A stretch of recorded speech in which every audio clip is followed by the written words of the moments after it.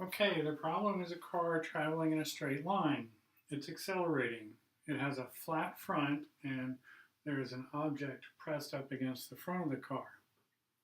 The question is, at what rate must that car accelerate in order to keep this object pressed up against the front of the car and not fall?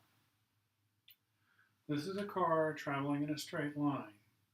It's accelerating. It's not just moving, it's accelerating. And it's that acceleration that is keeping this object pressed up against the front of the car. And so the question is, at what rate must this car accelerate in order to keep this object pressed up against the front of the car? This drawing is intended to illustrate the problem and take a close look at this part of the picture where the front of the car is, and this drawing is intended to illustrate that part of the picture. This is the front of the car with the object pressed up against it, and these arrows indicate the direction that the car is traveling in and the direction in which it is accelerating. This picture also shows that there are three forces in effect here. Gravity pulling the object down, static friction opposing the force of gravity, and the normal force in the horizontal direction, which is the direction that the car is accelerating. From this drawing, a free body diagram can be written showing those same three forces in effect. Gravity is pulling the object down. It is represented by mg, mass times gravity. Static friction is holding the object in place and resisting the force of gravity. And since the object is not moving up and down, the force of static friction and the force of mg are equal and opposite. In the positive x direction is the normal force. That's the normal force of the front of the car pressing up against the object. And also in the same positive x direction is the direction of acceleration.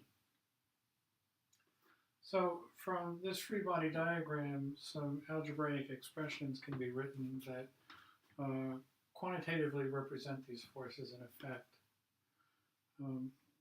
Horizontally, some of the forces in the x direction are exclusively the normal force of the car pressing up against the object, and that normal force is equal to mass times acceleration.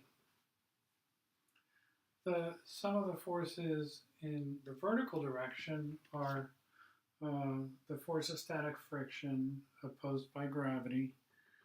They sum to zero. The object is not moving up and down, so these two opposing forces are equal and opposite, which means the force of static friction minus mass times gravity is equal to zero, or the force of static friction is equal to mg, mass times gravity.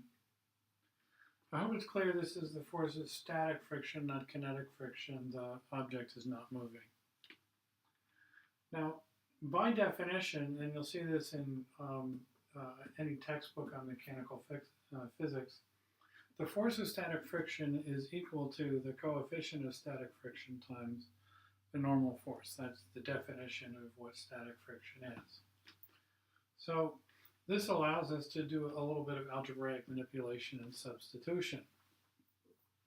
The force of static friction is equal to mu SFN, the coefficient of static friction times the normal force, and that is equal to mg, mass times gravity. The force of static friction is equal to mg, which is equal to mu SFN. This means that since the normal force is equal to mass times acceleration, it can be substituted into this expression taking the place of Fn, meaning that us times mass times acceleration is equal to mass times gravity, or us ma is equal to mg. Mass exists on both sides of the equation, so it could be canceled out. That leaves mu s times acceleration is equal to gravity. The task objective is to quantify acceleration, so simply isolate acceleration in this expression by dividing both sides by the coefficient of static friction, and that leaves the acceleration being equal to gravity divided by the coefficient of static friction. It's kind of interesting that mass plays no part in this problem. It doesn't really matter how heavy or light that object is, the acceleration is still going to be the same. So if a car or some kind of vehicle is accelerating in a straight line and it has an object pressed up against the front of it, if it is accelerating at a rate equal to gravity, mg, divided by the coefficient of static friction, that object will stay there. I first had this problem presented to me as a quiz question in mechanical physics, and I thought it was a little bit of a brain bender until I took a closer look at it.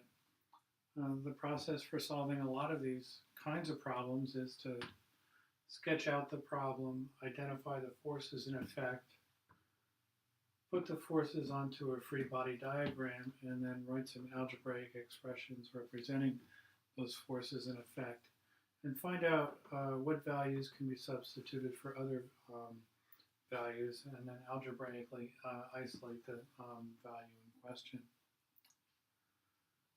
I hope this video is helpful. If you have questions or